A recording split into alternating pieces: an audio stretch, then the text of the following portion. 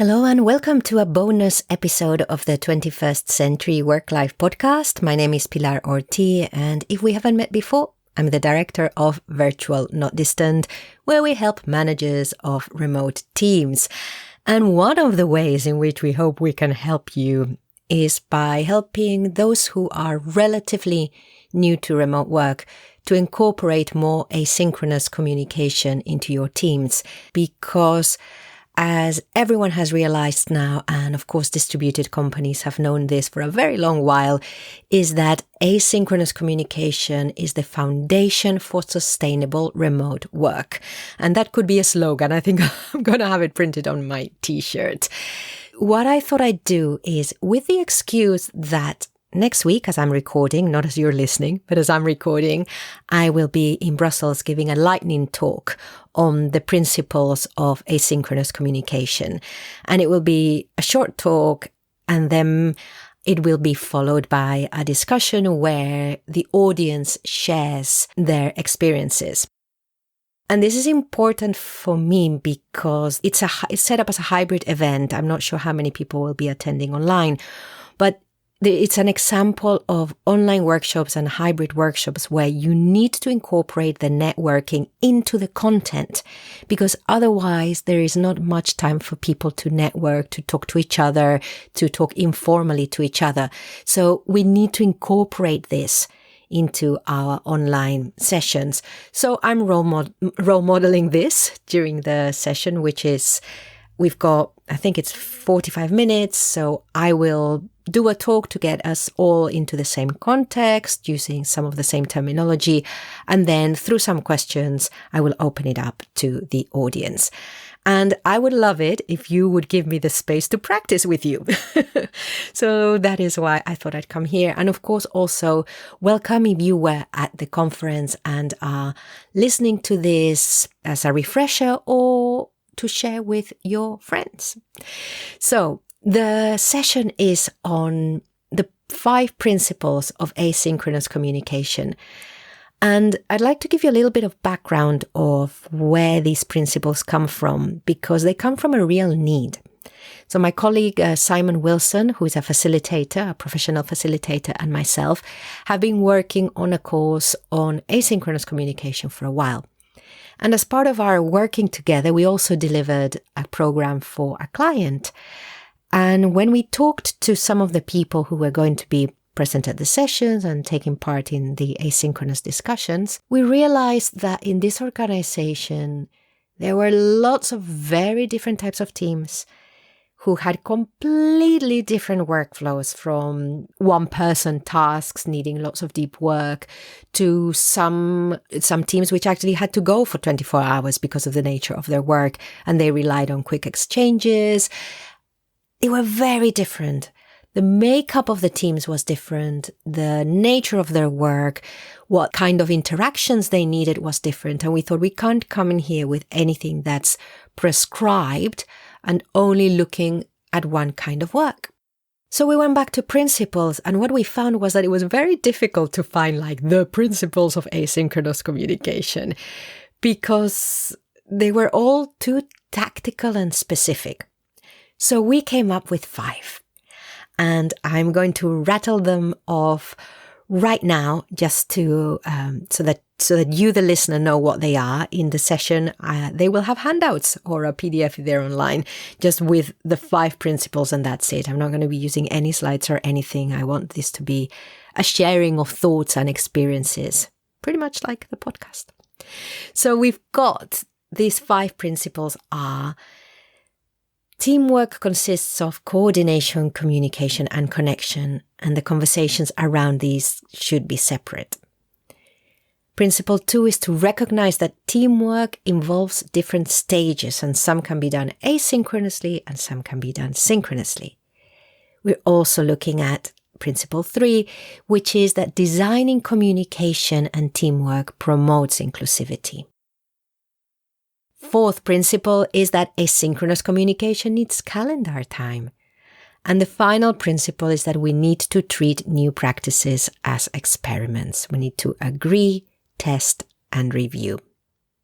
those are the headlines. If that's enough for you, thank you very much for listening. I hope it was helpful. Otherwise, please stay with me. Of course, previous to this, and I've got my notes here, but I always skip around. Let's get clear on what we mean by asynchronous communication. Asynchronous communication is not just using Slack or the chat in Microsoft Teams. There is a time lag. Asynchronous communication, we need to find a better word. Asynchronous communication is when I send a message and then you interact with the message at a later time. I think this interaction with the message is very important because it's not just about when it gets to you. It's about when you decide to, see if there's a message, interact with the message, and then actually send a reply back. And the reason why I was being facetious about Slack and Microsoft Teams is that asynchronous communication needs a decent time lag. We're not talking about email where I send you an email and you reply 30 seconds later and we have exchanges via email, which are almost real time, which are near sync. We're talking about asynchronous communication needing more space, needing more time, and having more of we're talking hours or maybe days really in asynchronous communication when we're looking at that reply and engagement time. So I think that's important to remember. And of course, I already mentioned the reason why asynchronous is important in remote work is that it avoids us having to be constantly available to each other to have meetings or phone calls, but especially those meetings, because if we have especially video meetings, it gets very tiring in the online space. And anyway, we had way too many meetings before we all started to work remotely or in a hybrid setup. So we might want to reduce those meetings so that people who need time to themselves, who need a good chunky bit of time to work deeply in their work or on their work, can have it. So that is one of the things, but it's not just about reducing meetings. It is about facilitating collaboration across different time zones. It's about encouraging thoughtfulness in our interactions. It's also about supporting a level of transparency that we can now have because of the online space. And it can help us with decision making by slowing the process down when we need it. So again, when we're talking about asynchronous communication, we're not just talking about reducing meetings. That is a very visible problem. But we would be doing the whole remote work experience a disservice by saying that that's all it is. It really is about advocating for a different kind of work. Caveat, sometimes this will not be possible because of the nature of the work. Okay, but then we know. And the other thing, of course, is that I'm going to say it now and then hopefully not say it anymore, is that in changing, if we're not used to working in this way, in changing into working with asynchronous communication, we need time. Like any change program, we need time. And I am very aware that organizations don't have that at the moment. And people in organizations feel like they don't have that at the moment. But I'm going to put that to one side because if not, nothing's ever going to change.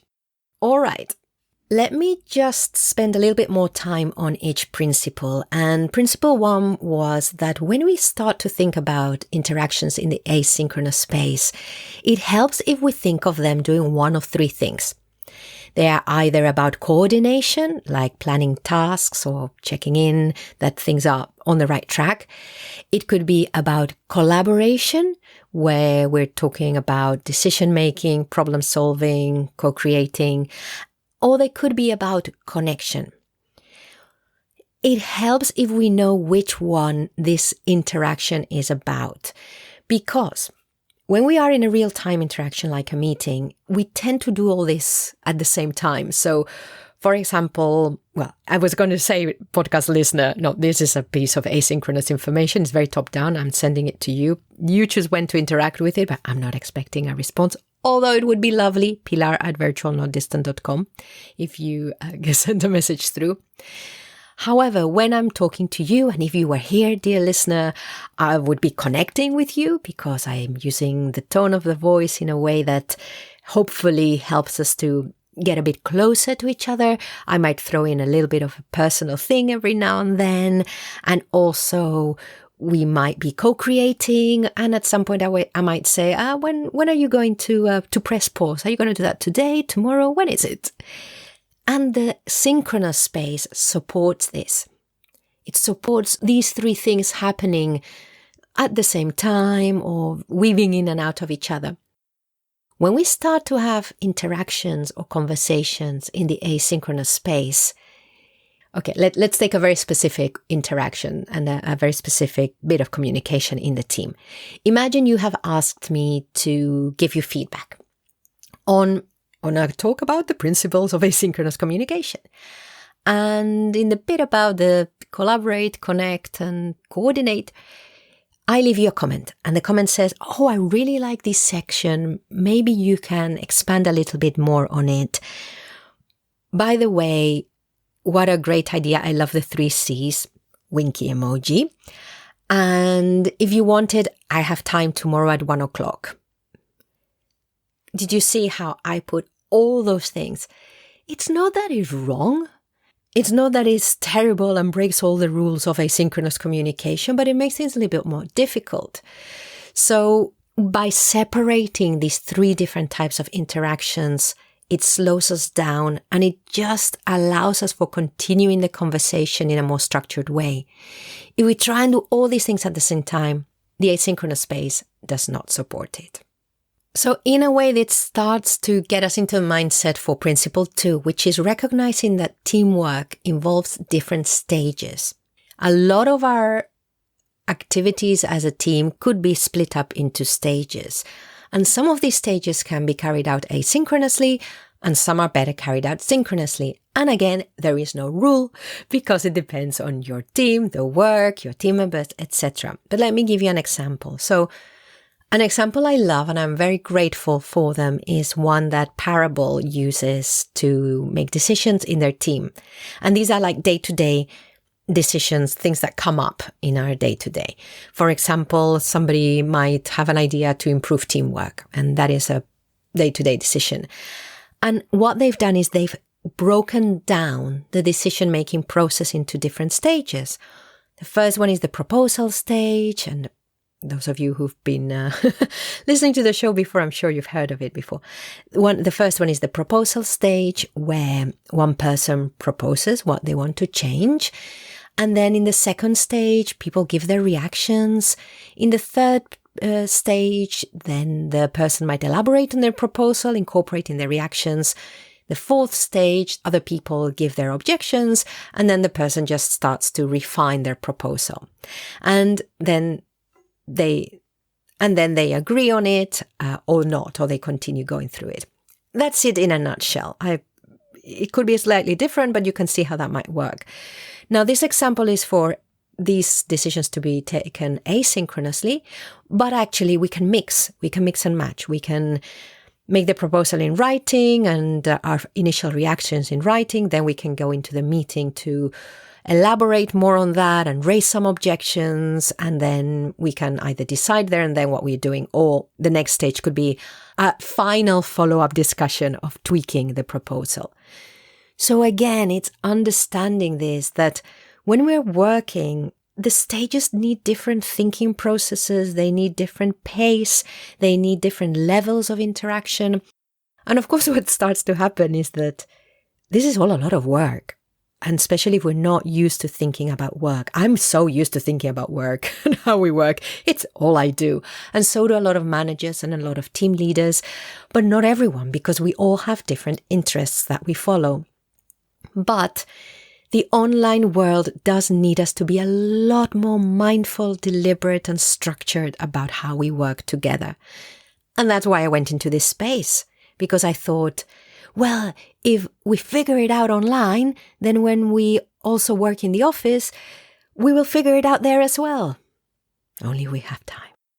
But anyway, this is about recognizing that there are different stages in our work, in our conversation sometimes, and we can do some of them synchronously and some asynchronously.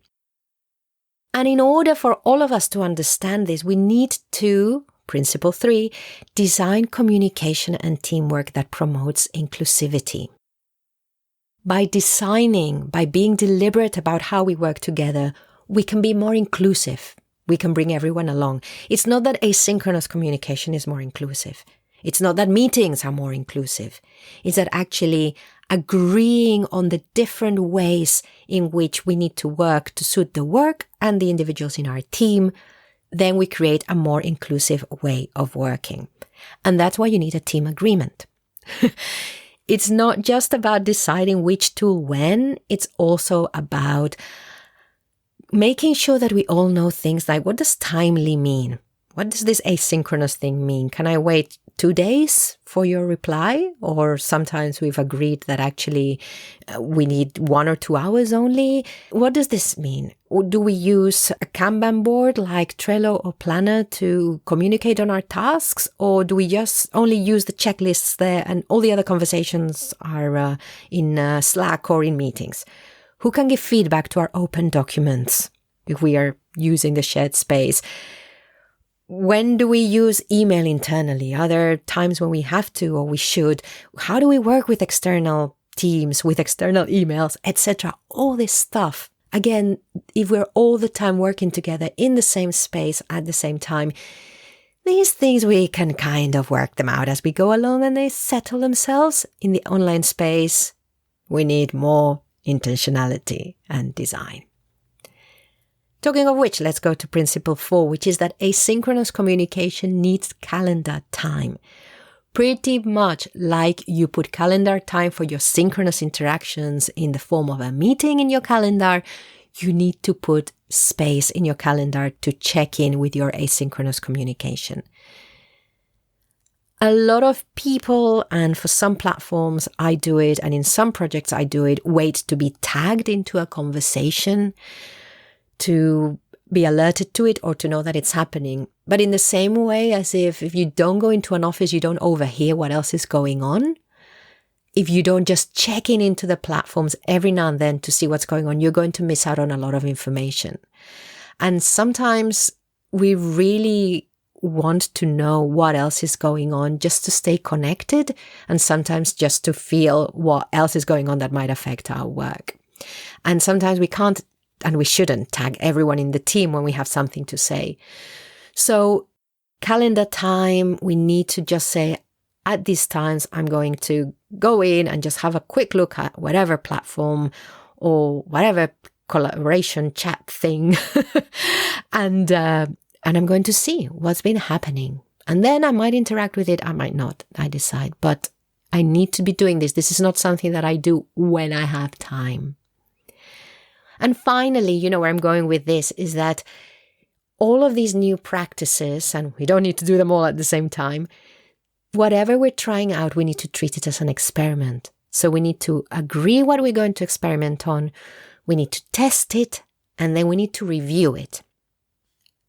And especially if you are the one who suggested a practice, or if you're the team leader suggesting, hey, let's work in all these different ways. When one practice doesn't work, I think it's more comfortable to just let it go. To just go, that didn't work.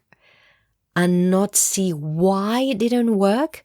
And it's not about, why didn't it work that we're checking in every morning with each other. It's about, what is going on? What does this say about our way of working, about our team, about our communication preferences? It's about wanting to understand why a practice is not working and what that says about our team and whether we need to change anything. So I'm going to give you a very specific example. So say that in a team, a small team, let's say 7 people, as part of learning from each other and as part of feeling connected to each other, we've decided that on Fridays at some point, we're going to do a little written entry in a team journal. Doesn't matter what the tech is. It could be anything as simple as a shared Word document or more sophisticated stuff. And we agree this, and we say, because we're a great team, we say, after 2 months, we are going to review this. And what starts happening is, as the classic style, the first 3 weeks, everyone is there on Friday writing the stuff. And then at some point, there's less and less. And by the time we get to the review meeting, nobody is writing in the Friday journal anymore. And we think, oh, people can't be bothered. There's just no time. It's not a priority. But then we start to see what's going on. And it could be that someone says, I'm dying to share what I've learned that week with you. But Friday afternoon, I've been working on online documents all week. The thought of going into another online document that looks the same as everything else and typing down my thoughts, I just can't do it. I can't bring myself to doing it. And everyone says, I think that's what's happening to me. And then you say, okay, let's try something different. There's only 7 of us. If we record a 2-minute audio, 2 times 7, 14, can we all just stop on Friday at some point and over a cup of tea when we're working from home, because we're working from home on Fridays, all of us, just stop and have a listen to these? Yeah, let's try that. So you see, we need to know why things aren't happening. It could also happen that it's not working because people don't feel safe to say what they learn, because in sharing what we're learning, it shows that there's lots of stuff we didn't know. And also we might not explain it well. It might make us sound stupid. So again, don't think that it's just that people don't have time or that people don't like the tech. It could also be they don't know how to use the tech if we've made it a little bit too complicated. So agree, test and review. And it could be that we learn that actually, you know what? We don't like connecting asynchronously to share what we learn. Why don't we do a once a month latte and learn session instead? Again, very valuable insight. We can drop this async experiment and do something that helps us a bit more. So just a quick review. Let's see, listener, do you remember any of the 5 principles? The first one is that we can think of our interactions as being about collaborating, coordinating, or connecting in the asynchronous space, and they require different approaches. We can recognize that teamwork involves multiple stages, and each can be done synchronously or asynchronously. We can agree on how we're going to communicate. And by incorporating both synchronous and asynchronous practices, we can promote inclusivity. Asynchronous communication needs time in your calendar, and treat new practices as experiments. Agree, test, and review.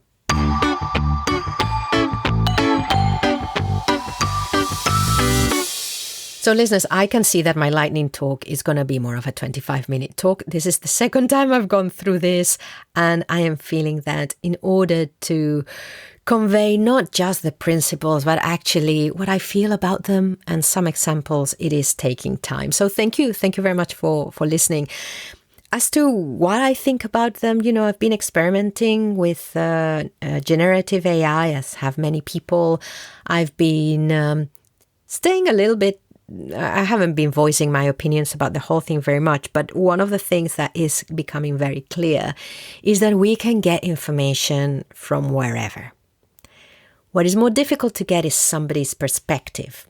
So what I am assuming, if you're listening to this podcast, and especially if you listen regularly, is that you're interested in my opinions and my perspective. So this is why I think that now more than ever, especially if you're a knowledge worker and are starting to be looking at the future and go, right, where do I sit? What is the value that I bring? Then I think it's worth thinking about, well, what is it that I stand for and that is of use to others that only I can offer? So that's my little thought that you are getting, but that probably the people at the session won't be getting, because this podcasting intimate setup is conducive to these kind of reflections. Anyway, I would love to hear what you think of this. Are these principles useful? Of course, you'd need guidance in implementing them, but I'm working on that. I will put something out, and Simon and I have some ideas on this. And of course, we have a course all on asynchronous communication, but it pulls right back to basics. And actually, having worked on that course, it really goes back to the basics of teamwork and leadership a lot of the time, and what is a conversation. And it's actually, it pulls right back to basics. So I think it's a very good course for not just managers new to remote work, but actually new managers. So anyway, I will be sharing that. But I would love to hear from you. Pilar at virtualnotdistant.com. There's Pilar at virtualnotdistant.com for emails, or you can go to virtualnotdistant.com and send me a message through the contact form there. All right, I hope you're having a lovely time, whether you're listening to this in the morning, afternoon, or evening. Thank you for listening. A big thank you for listening to the 21st Century Work Life podcast. We know there are many other shows for you to choose from. Remember to subscribe to the show on your favorite podcast app, and you can check out the full show notes over at virtualnotdistant.com/podcasts. Talking of podcasts, we have another show you can listen to, Management Cafe, which you should also be able to find on all podcast apps. I have been Pilar Ortiz. Wherever you are, whatever you're doing, enjoy.